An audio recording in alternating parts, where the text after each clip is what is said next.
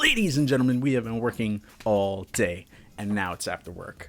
I'm Joe, we're back, another episode of the After Work Show, and today I'm going to talk about the Nintendo Nindies Direct that happened a couple days ago from this point, from when this video is going to post. And I just wanted to talk about a couple of the games, so this might be a 15-20 minute video. Watch, I say that now, and this video is going to be stupid short. So let's get into it. So I'm going to only talk about a few of the games. I'm not going to go through the entire list, but if I do miss anything that you guys wanted me to talk about, please drop it in the comments down below. I'll do a follow-up video to this. Blaster Master Zero. So Blaster Master Zero was a Sunsoft game on the NES back in 1988, I believe, is when the North American version came out. It's going to have new levels, clearly, but it very much looks just like the original 8-bit game that came out almost, 30 years ago at this point. 30? Is it really? Yeah.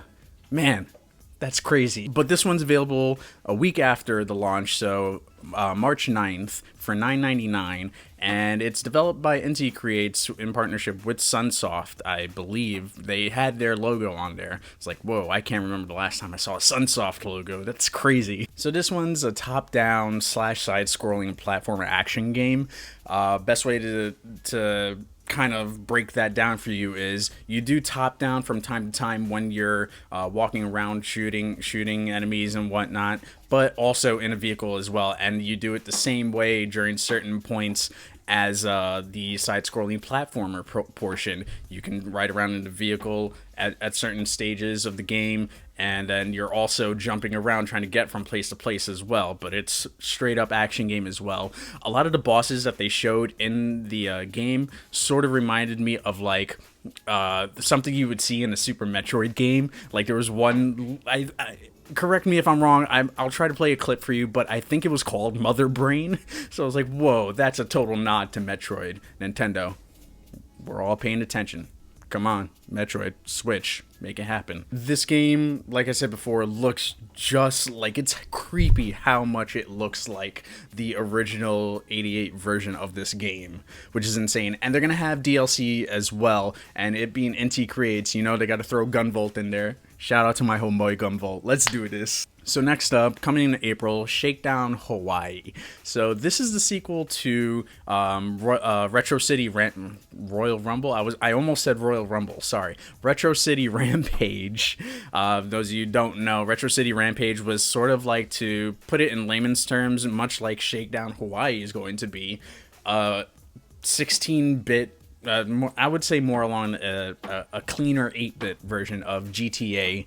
If you were just take all the characters of GTA and just cause mayhem and wreak havoc all over the city, cars, weapons, just straight up action everywhere, and just shooting with whatever weapon you can find.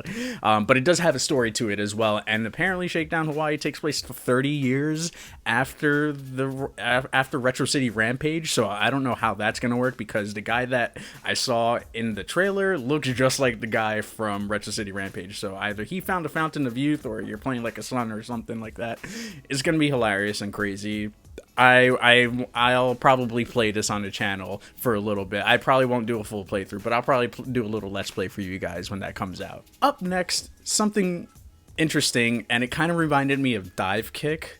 For those of you who don't know what Dive Kick was, it was a game where you only did dive kicks, and it was one button, a jump in and dive kick, or two buttons, I guess, jump in and dive kick. So this game is called Pocket Rumble, and basically it takes sort of that same stance where they wanted to simplify fighting game, a 2D fighting game where you're using your Joy-Con controller and you move around, and there's two buttons for action inputs and everything. So I saw a character do like a Hadouken type thing, so I don't know how they're gonna get away with that, but there's other games that have done that as well, and they're totally fine. This one is also releasing in March. They didn't give a specific date. They didn't give a specific date for a lot of these games that I'm gonna tell you, but it's gonna be $9.99. Yes, it's exclusive to Nintendo Switch as far as consoles go, but it is available as an early access game on Steam for the same price, $9.99. So if you do want to check it out, if it's something up your alley, then you can go and check this game out on Steam right now if you choose to do so. But yeah, I feel like this game, Pocket Rumble, is something that's like a little bit of a party game. Like, I want to have party games in this collection, like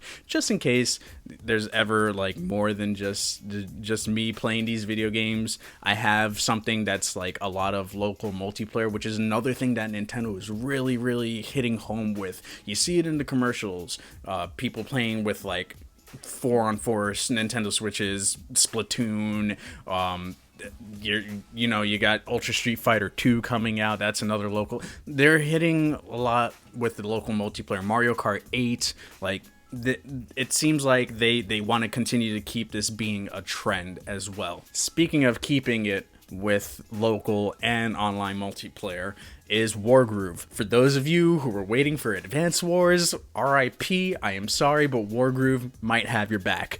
Very much in the vein of Advance Wars as far as like a tactical RPG.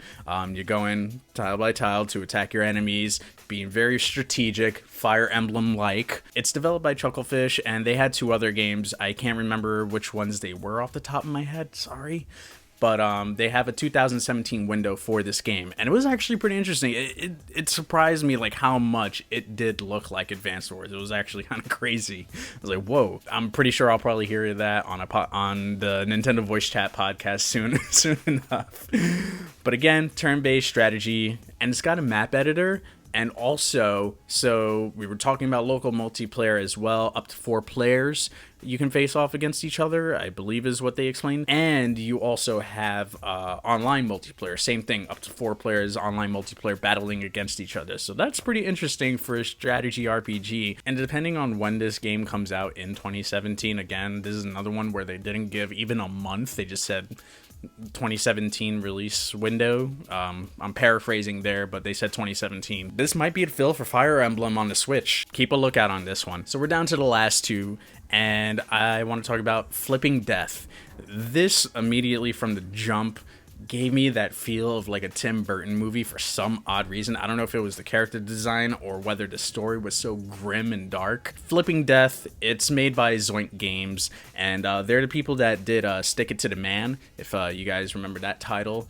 This is another one that's got another 2017 release window. They didn't give a month, but it's a platform adventure / puzzle. I think it's going to delve heavily into the puzzle aspect of it.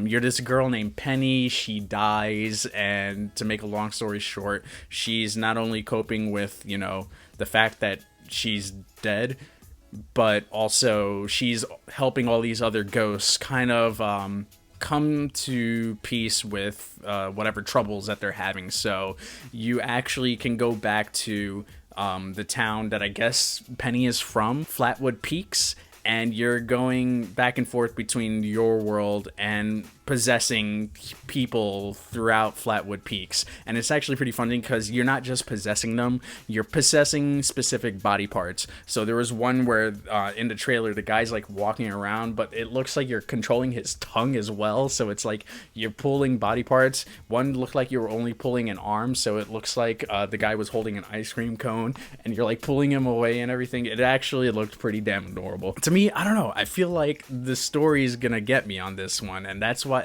like drew me in, that and the art style of it. It just I have no idea why Tim Burton comes to mind.